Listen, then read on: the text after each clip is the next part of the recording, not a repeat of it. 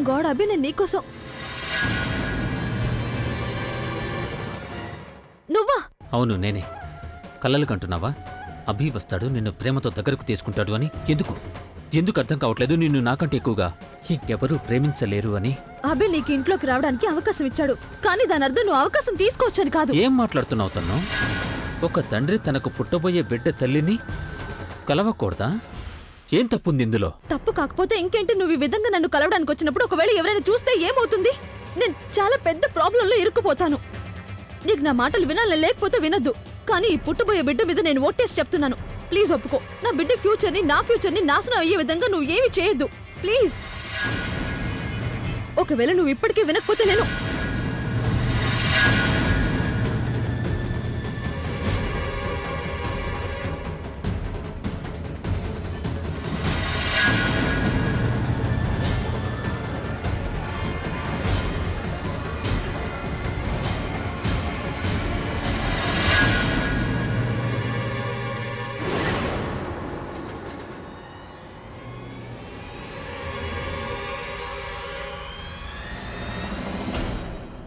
ఏవైంది? నీకింకా చెమటలు పడుతూనే ఉన్నాయి. మేకులు నిన్న రాత్రి గుచ్చుకున్నాయి కదా, ప్రభావం ఇంతవరకు ఉందా? ఆ మేకులు గుచ్చుకోలేదు, నువ్వు కావాలని గుచ్చుకునేలా చేశావు. నేనా? ఎక్కువ నటించాల్సిన అవసరం లేదు. నాకు చాలా బాగా తెలుసు అదంతా నువ్వు కావాలనే చేశావని. నేనెందుకు అలా చేశానో అది కూడా నీకు తెలిసే ఉండాలి కదా. నన్ను టార్చర్ చేయడానికి ఇంకెందుకు? ఓ మై గాడ్, తను ఒకవేళ నేను నిన్ను టార్చర్ చేయాలనుకుంటే అప్పుడు అందరి ముందు చేయగలను. నన్ను ఆపే ధైర్యం అసలు ఎవరికీ లేదు. నిన్ను టార్చర్ చేయడానికి ఇంత చిన్న పని చేయాల్సిన అవసరం లేదు. అలాగా? అయితే నువ్వు అన్నదానికి అర్థం ఏంటి? ఇదంతా నువ్వు చేయలేదనా? మరైతే ఇంకెవరు చేసుంటారు? ఒకవేళ నీ కాబోయే భర్త చేసుండొచ్చు. What rubbish! అభి తను అలా ఎందుకు చేస్తాడు? ఎందుకు, ఎలా అనేది నాకు అవన్నీ తెలియదు, కానీ నాకు అనిపించింది నేను నీకు చెప్పానంతే. నువ్వు అబద్ధం చెప్తున్నావు. నేనెందుకు అబద్ధం చెప్తాను?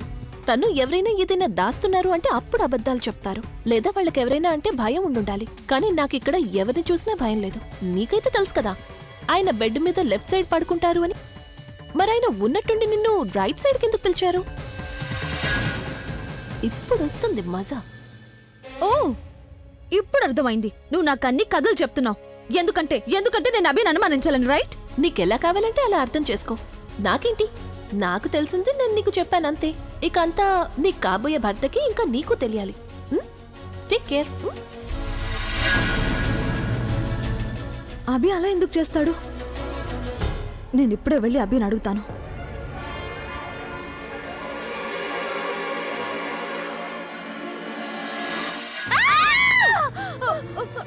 పిచ్చ వినపట్టిందా? ఇక్కడ చేస్తున్నారు మీరు? ఏం చేస్తున్నారంటే నాకేమనిపించిందో నీకు కూడా అదే అనిపించిందా? ఏంటి ఎందుకలా అరుస్తున్నావు? నేను అక్కడ దూరం నుంచి చూశాను ఇందాక. ఇక్కడెవరో ఉన్నట్టు అనిపించింది నాకు. లోపల నేను దగ్గరకు వచ్చి చూసేసరికి ఇక్కడ ఒకరున్నారు కదా, అతను నాకు ఇక్కడ ఉన్నట్టే కనిపించింది. వచ్చి చూస్తే లేడు, అతను మాయమైపోయాడు. అందుకని నేను ఇక్కడ లోపలికొచ్చి చూస్తూ ఉన్నాను. అంటే ఎలా మాయమైపోయాడా అని. అంటే ఎలా? ఒక్క నిమిషం, మీకు ఇంట్లో ఏమి పని లేదా? ఎప్పుడు చూసినా అనవసరమైన విషయాలన్నీ మాట్లాడుతూ ఉంటారు. ఏ హలో మేడం, నేనేవి నీలాగా ఊరికెళ్ళాను. నాకు చాలా పనులున్నాయి. నాకు హస్బెండ్ ఉన్నారు, అలాగే 2 పిల్లలున్నారు, బంటి ఇంకా బబ్లీ. ఎన్నో పనులుంటాయి నాకు. మొత్తం ఇల్లంతా చూసుకోవాలి నేను. బంటి ఇంకా బబ్లీని ఉదయాన్నే లేపాలి, అలాగే రాజును కూడా లేపాలి. ఆ తర్వాత నేను బంటి బబ్లీ కోసం అదేంటి ఆ బ్రేక్ఫాస్ట్ తయారు చేయాలి, రాజ్కి టిఫిన్ తయారు చేస్తాను, ఆయన ఆఫీస్కి పంపించాలి కదా, పిల్లల్ని స్కూల్ కూడా పంపాలి. తర్వాత వాళ్ళిద్దరు ఇంటికి వచ్చాక వాళ్ళతో హోంవర్క్ చేయిస్తాను నేను. ఆ తర్వాత రాజు వచ్చాక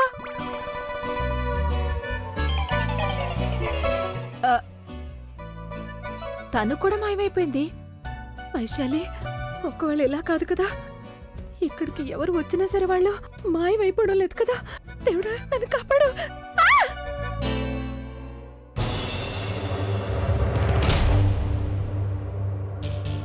ఇంతకీ నిఖిల్ ఎక్కడికి వెళ్ళిపోయాడు?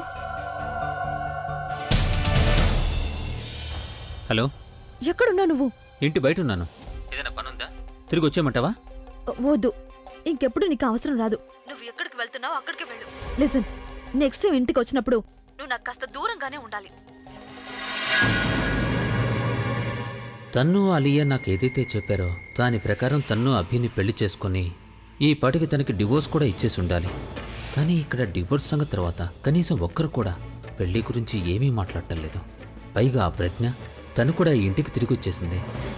అసలు ఏం జరుగుతోంది ఇక్కడ? ఈ తన్ను ఒకవేళ నన్ను మోసం చేయట్లేదు కదా? ప్రవీణ్, నేను కాఫీ కూడా తాగేశాను. ఇంతవరకు అమ్మమ్మ రాలేదేంటి?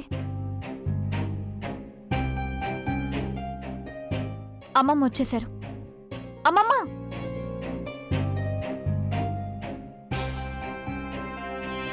ఏంటమ్మమ్మా ఇంత టైం పట్టిందెందుకు? మీరెక్కడ ఉండిపోయారు? మేము ఇందాకటి నుంచి మీకోసం వెయిట్ చేస్తున్నాం. ఎందుకు లేట్ అయింది? ఈ ఇల్లు ఉంది కదా, తనకి నా మీద అనుమానం వచ్చిన దగ్గర్నుంచి నేనెక్కడికెళ్ళినా తను నా చుట్టూ బొంగరల్లా తిరుగుతూ ఉంది తెలుసా? ఎంత కష్టపడి నేను తన నుంచి తప్పించుకొచ్చానో తెలుసా? అది నాకు మాత్రమే తెలుసు. ఇప్పుడు చెప్పండి, మనం ఎంతవరకు వచ్చాము? ఇంకా అక్కడే ఉన్నాం అమ్మమ్మ. ఐ మీన్, మన శత్రువులు ఏమైనా తప్పులు చేస్తేనే కదా తెలిసేది. నాకు తప్పులంటే గుర్తొచ్చింది. నేను ఆయన హాస్పిటల్ నుంచి తిరిగొచ్చేటప్పుడు తను కూడా మాతో పాటే వచ్చింది. అప్పుడు నేను తనుని కావాలని రెచ్చగొట్టాను. తను చాలా వైలెంట్ అయిపోయింది. పైగా నా గొంతు కూడా పట్టుకుంది. అయితే నువ్వు నాకు ముందే ఎందుకు చెప్పలేదక్క? అది నాకు గుర్తులేదు బుల్బుల్. ఎందుకంటే ఆ టైంలో ఆయన తన్నుని గొడవ పడకుండా ఆపేశారు. విషయం ముందుకే వెళ్ళలేదు. మరి నేనేం చెప్పను? అక్క, ఇలాంటి విషయాలు నువ్వు నా దగ్గర దాచిపెట్టకూడదు. బుల్బుల్, ఈ విషయం నువ్వు అనుకుంటున్నంత ఇంపార్టెంట్ కాదు. తనకేమనిపిస్తుందో అదే కదా ఇంపార్టెంట్. ఏమనిపిస్తోంది? అరే అదే నిన్నటి విషయం, లిప్టిక్ డ్రామా గురించి. తనకు అనిపిస్తోంది నువ్వు తనుకి అభికి మధ్య దూరం పెంచుతున్నావు అని. కానీ నేనెందుకు అలా చేస్తాను? అక్క, తను ఎలా అయినా అనుకుని ఏదైనా ఆలోచించుకుని మనకేంటి ప్రాబ్లం? ప్రస్తుతం నా మైండ్లోకి ఒక చాలా మంచి ఐడియా వచ్చింది. ఏంటది? ఇందాక నువ్వు చెప్పావు కదక్క, మీరు హాస్పిటల్ నుండి ఇంటికి వెళ్లేటప్పుడు కారులో తన్ను కాస్త అదుపు తప్పిందని. అదే విధంగా ఒకవేళ బావగారు తన్ను మీద అరిచినా లేక గట్టిగా ఏమైనా అన్నారంటే తన్ను రెచ్చిపోవడానికి చాలా ఛాన్సెస్ ఉంటాయి కదా. తన కోపం వస్తుంది, అప్పుడు ఇన్సెక్యూర్ గా ఫీల్ అవుతుంది. తను ఇన్సెక్యూర్ గా ఫీల్ అయిందంటే ఇక అప్పుడు తన బాయ్ ఫ్రెండ్ కలవడానికి ట్రై చేస్తుంది కదా. ట్రై ఏంటి, 100% వెళ్ళి కలుస్తుంది. ఈ ఐడియా చాలా బాగుంది. ఒకవేళ తను తన బాయ్ ఫ్రెండ్ ని కలవడానికి వెళ్ళిందనుకో, అప్పుడు మనం తను తప్పకుండా పట్టుకోవచ్చు. కానీ బుల్బుల్, ఆయన అసలు అలా ఎందుకు చేస్తారు? తన్ను గురించి ఎంతో ఆలోచిస్తారు, ముఖ్యంగా ఆ బిడ్డ గురించి. నన్ను కూడా ఏవి అననివ్వడం లేదు. ఎగ్జాక్ట్లీ అక్క, బావగారు బిడ్డ గురించి ఆలోచిస్తున్నారు రైట్? ఒకవేళ తను బిడ్డని సరిగ్గా పట్టించుకోవడం లేదని బావగారికి తెలిస్తే, లేకపోతే బిడ్డకి ప్రమాదం జరిగే విధంగా తను ఏమైనా చేస్తుందని తెలిస్తే, అప్పుడు బావగారు తప్పకుండా తన్ని తిడతారు. చూడండమ్మమ్మ, ఎలాగో దసరా పండగ రాబోతుంది. మీరు తన్నుని ఏ విధంగా రెచ్చగొట్టాలంటే తనకి కోపం వచ్చి జెలస్ గా ఫీల్ అయ్యి డాన్స్ చేయడం మొదలు పెట్టాలి.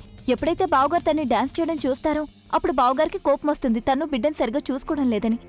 బావగారు తన దగ్గరికి వెళ్ళి తిడతారు. ఇదే నా ప్లాన్. ఎలా ఉంది చెప్పండి? ఏమాత్రం బాలేదు. ఎందుకంటే బుల్బుల్, మనం తన్ను మీద పగ తీర్చుకోవడానికి తన బిడ్డను అవకాశంగా తీసుకోవడం చాలా తప్పు.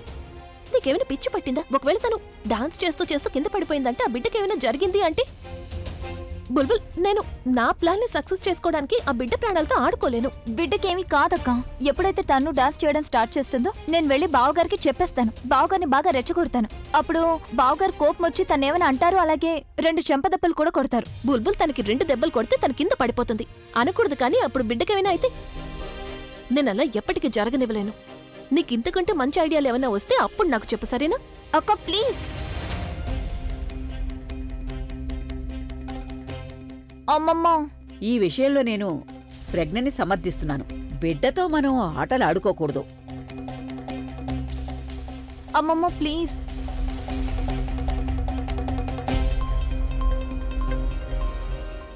నీకు కూడా అనిపిస్తూ ఉంటుంది కదా నా ఐడియా అస్సలు బాలేదని? కొంచెం పర్వాలేదు, కానీ పసిబిడ్డ విషయంలో I don't think so. Indirect గా ఎందుకు అంటున్నావు? అదేదో తినగానే చెప్పొచ్చు కదా. చూడు బుల్బుల్, నేను నీకేం చెప్పాలనుకుంటున్నానంటే, నువ్వు చాలా ఇంటెలిజెంట్ ఫని. నీ బ్రెయిన్ లోంచి చిటికలో ఐడియాలు వచ్చేస్తుంటాయి. మరి ఇంకేమైనా ఐడియా ఆలోచించవచ్చు కదా, బెటర్ గా, సేఫ్ గా ఉండేవి. అలాగా నేను నీకోసం చాక్లెట్ తెస్తాను. ఓకే, నువ్వు ఆలోచించు. ప్రవీణ్, ఓ గాడ్, నువ్వు నన్ను కృష్ణుడిలో ఎందుకు తయారు చేశావు? కౌరవులకి పాండవులకి మధ్యలో నేను బాగా ఇరుక్కున్నాను. ఈ కౌరవులైతే ఎప్పుడు కూడా తప్పులే చేస్తుంటారు, కానీ పాండవులేమో తప్పుగా కూడా ఆలోచించరు. ఏదేమైనా సరే తను చేత నేను ఎలాగైనా డాన్స్ చేస్తాను. ఏంటి, ఆ లేడీ ముగేమో అంత మాట అందా? అలా అనడం కాదు, దాన్ని ప్రూవ్ చేసింది కూడా. నువ్వు నీ బెడ్ మీద లెఫ్ట్ సైడ్ పడుకుంటావు కదా, మరి నువ్వు నన్ను రైట్ సైడ్ ఎందుకు పిలిచావు? పైగా ఆ మేకులు నువ్వే ఇక్కడ పెట్టావని నాకు చెప్పింది. అందుకే ఆ మేకులు నాకు గుచ్చుకున్నాయి, నీకు కాదు, రైట్? ఈ బుల్బుల్కి ఏమైంది? ఒక్కోసారి చిన్నపిల్లలాగా ఐడియాలు ఇస్తూ ఉంటుంది. చూస్తుంటే ఈసారి నేను అమ్మమ్మ ఏదో ఒక ప్లాన్ వేయాలేమో. అలాంటిదేమీ లేదు. ఆ లేడీ ముగేమో ఉంది కదా, తను మన ఇద్దరి మధ్య మిస్అండర్స్టాండింగ్ క్రియేట్ చేయడానికి ట్రై చేస్తోంది. అభి ఒకవేళ ఇలా కాదు కదా, నువ్వే మన ఇద్దరి మధ్య మిస్అండర్స్టాండింగ్ క్రియేట్ చేసి నన్ను దూరం చేయాలనుకోవట్లేదు కదా. అభి నాకు తెలుసు నువ్వు నన్ను ప్రేమించడం లేదు, అందుకే నువ్వు నన్ను బెడ్ రైట్ సైడ్ కి రమ్మని పిలిచావు. లేదు, అలాంటిది అసలు ఏం లేదు. చూడు, లెఫ్ట్ సైడ్ లో నువ్వు ఆల్రెడీ ఉన్నావు కదా. లెఫ్ట్ సైడ్ లోనా అంటే ఏంటి? అంటే ఏంటంటే నా మనస్సులో అది లెఫ్ట్ సైడ్ లోనే ఉంది కదా. ఏ సైడ్ లో అయితే నువ్వు ఆల్రెడీ ఉన్నావో నిన్ను మళ్ళీ ఆ సైడ్ లో ఎలా పిలుస్తాను, అందుకే నిన్ను రైట్ సైడ్ రమ్మని పిలిచాను. ఏదేమైనా నాకు తెలుసు నేనంటే నీకు ఇష్టం లేదని. అభి ఒకవేళ నీ లైఫ్ లో నేను అనవసరం అనుకుంటే నాకు చెప్పేసే. ప్రజ్ఞ నన్ను ఇంట్లోంచి గంటేక ముందే నేను నా బిడ్డను తీసుకొని ఇంట్లోంచి వెళ్ళిపోతాను.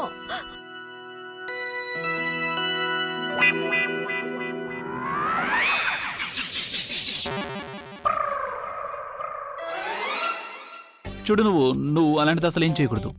ఒకవేళ నువ్వు అలా బిహేవ్ చేసావంటే అప్పుడు నువ్వు ప్రజ్ఞకి ప్రూవ్ చేసినట్టు అవుతుంది మన ఇద్దరి మధ్య ఏదైతే రిలేషన్షిప్ ఉందో అది స్ట్రాంగ్ గా లేదని. ప్లీజ్ ఏడవకు. చూడు, నువ్వు ఇలా ఏడ్చావంటే దాని ప్రభావం మన పుట్టబోయే బిడ్డ మీద పడుతుంది. అది అసలు మంచిది కాదు కదా. Don't cry.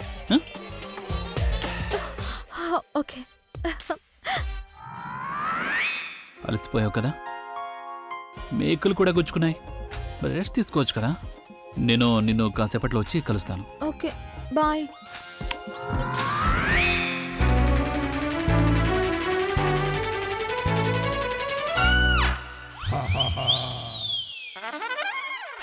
ఈ ప్రజ్ఞని డాండియా కంటే ముందు నేను తన బ్యాండ్ వాయించలేదంటే నా పేరు రాక్ స్టార్ అభియే కాదు. భగవంతుడా, ఈయన ఇప్పుడు చాలా కోపంగా ఉన్నారు. నేను ఆయన ముందుకు వెళ్ళకూడదు. పైగా నాకు చాలా లేట్ అవుతోంది.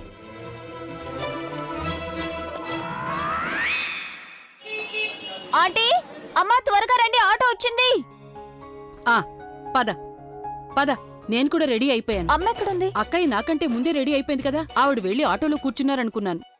సరే ఉండు, నేను వెళ్ళి పిలుచుకొస్తాను. వద్దు, మీరేం వెళ్ళకండి. మీరు వెళ్ళి ఆటోలో కూర్చోండి, నేను వెళ్ళి అమ్మని పిలుస్తాను. సరే అలాగే. అమ్మా, అబ్బా, అమ్మా.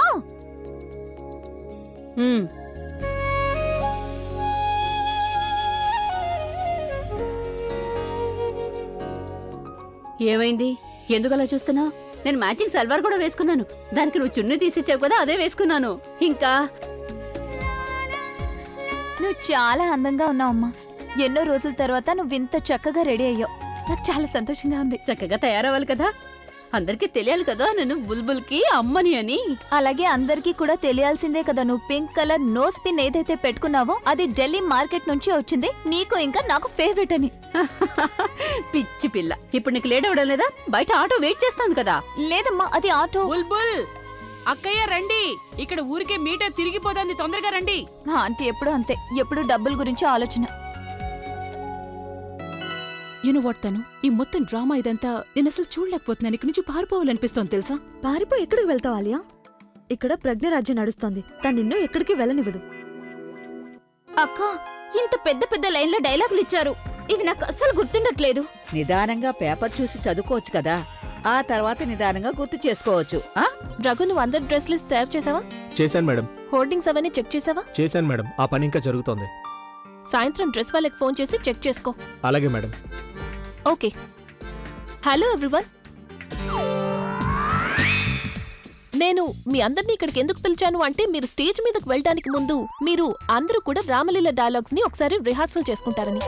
ఐ హోప్ మీరందరూ కూడా డైలాగ్స్ ని ప్రాక్టీస్ చేసుంటారని. నమస్కారం అండి. నమస్కారం. నమస్కారం. నమస్కారం, రండి రండి. మీ ఆరోగ్యం ఎలా ఉంది ఇప్పుడు? అంతా బాగుంది, నేను బాగున్నాను. నేను రావడం ఆలస్యం అవ్వలేదుగా? అరే లేదు, మీరు సరిగ్గా టైంకి వచ్చారు. రండి రండి, కూర్చోండి.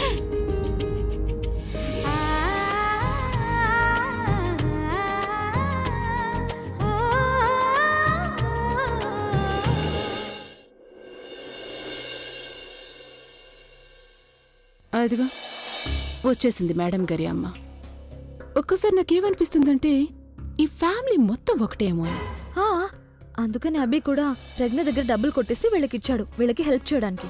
What ever it is. కానీ ప్రస్తుతానికి వీళ్ళని ఇగ్నోర్ చేయాల్సిందే. ఇక రిహార్సల్స్ మొదలు పెడదామా?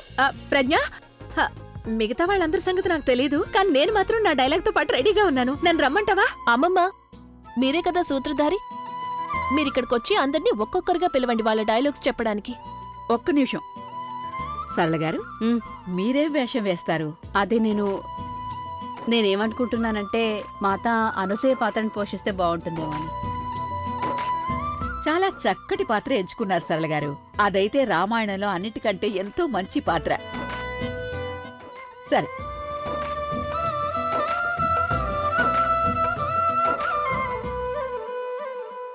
నమస్కారం. నమస్కారం.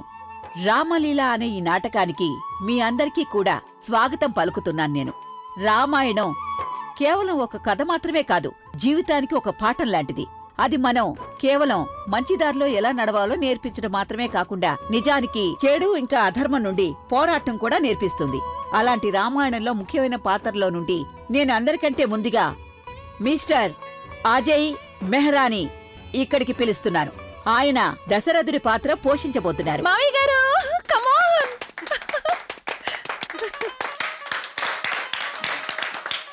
లేదు లేదు, ఇలా జరగటానికి వీల్లేదు. ఇదెలా సాధ్యం అవుతుంది? నేను నా కుమారుడు రాముడిని ఎలా పంపించగలను? అది కూడా 14 ఏళ్ళు వనవాసానికి. తన మీద నేను ప్రాణాలు పెట్టుకున్నాను. లేదు లేదు, అలా జరగటానికి వీల్లేదు. అందుకనే దానికి బదులుగా మీరు నా ప్రాణాలు తీసేసుకోండి. బాగా చెప్పారు మావయ్య, సరిపోతుంది. వెళ్ళి కూర్చోండి. ఇప్పుడు అహల్య రూపంలో రాబోతోంది శ్రీమతి ఇందు సూరి.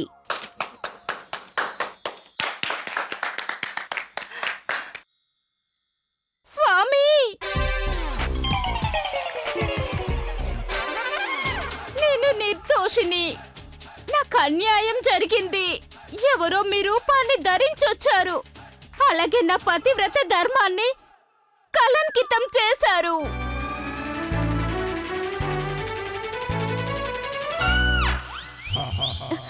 బానుంది కదా ప్రజ్ఞ? పర్వాలేదు అమ్మమ్మ, మీరు వెళ్ళి కూర్చోండి. బాగుందమ్మమ్మా. ఇప్పుడు మీ ముందుకు రాబోతోంది శూర్పణఖ రూపంలో మిస్ ఆలియా మెహ్రా.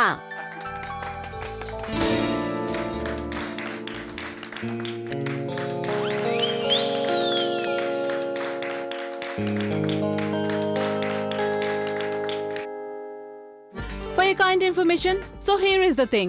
నానమ్మ, ఇప్పుడు నువ్వు చెప్పావు కదా ఆ క్యారెక్టర్, అది నేను చేయను. నేను సీతాదేవి రోల్ ని ప్లే చేస్తాను.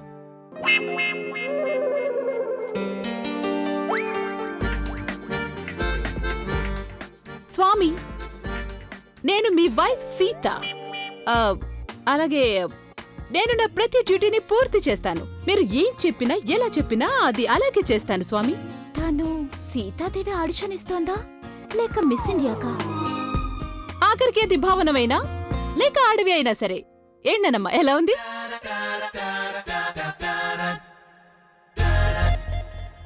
వదిలేయాలియా, నీ వల్ల ఆఫీస్లో పని సరిగ్గా అవ్వదు, అలాగే యాక్టింగ్ కూడా. ఎక్స్క్యూజ్ మీ, నా యాక్టింగ్ గురించి జడ్జ్మెంట్ ఇవ్వడానికి నువ్వెవరు అసలు? అసలే నాకు వీటన్నిటి మీద ఇంట్రెస్ట్ లేదు. నువ్వే నన్ను ఫోర్స్ చేసావు నేను ఇవన్నీ చేయాలి అని. ఇంట్రెస్ట్ లేదా లేక ఇవన్నీ చేసే టాలెంట్ లేదా?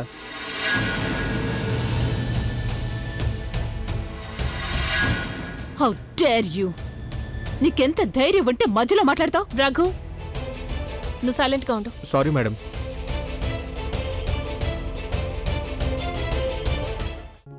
ఇక ఇప్పుడు మీ అందరి ముందుకి మాత అనసూయ రూపంలో రాబోతున్నారు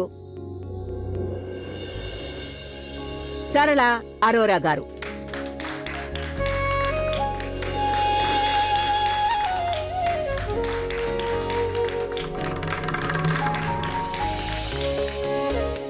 మాత అనసూయ పాత్రను పోషిస్తున్నారు. ఇక ఈ దృశ్యంలో మాత అనసూయ సీతాదేవికి పతివ్రత ధర్మాన్ని అర్థమయ్యేలా చెప్పబోతున్నారు. కానివ్వండి.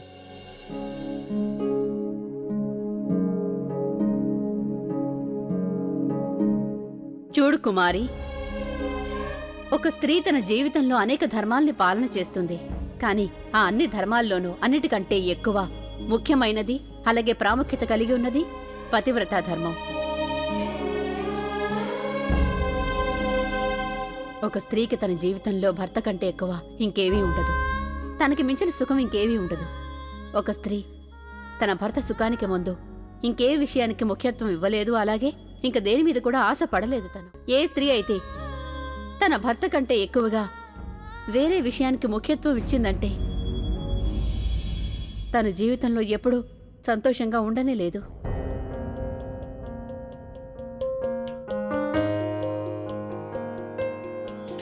అందుకని ఒక స్త్రీ ఎప్పుడు కూడా తన పతివ్రత ధర్మాన్ని చక్కగా పాటిస్తూ ఉండాలి. ఇక ఎప్పుడైతే తను తన ధర్మాన్ని సరిగ్గా పాటించగలదో అప్పుడు తన భర్తతో కలిసి అడవిలో ఉన్నా సరే అక్కడ కూడా సంతోషంగా ఉంటుంది.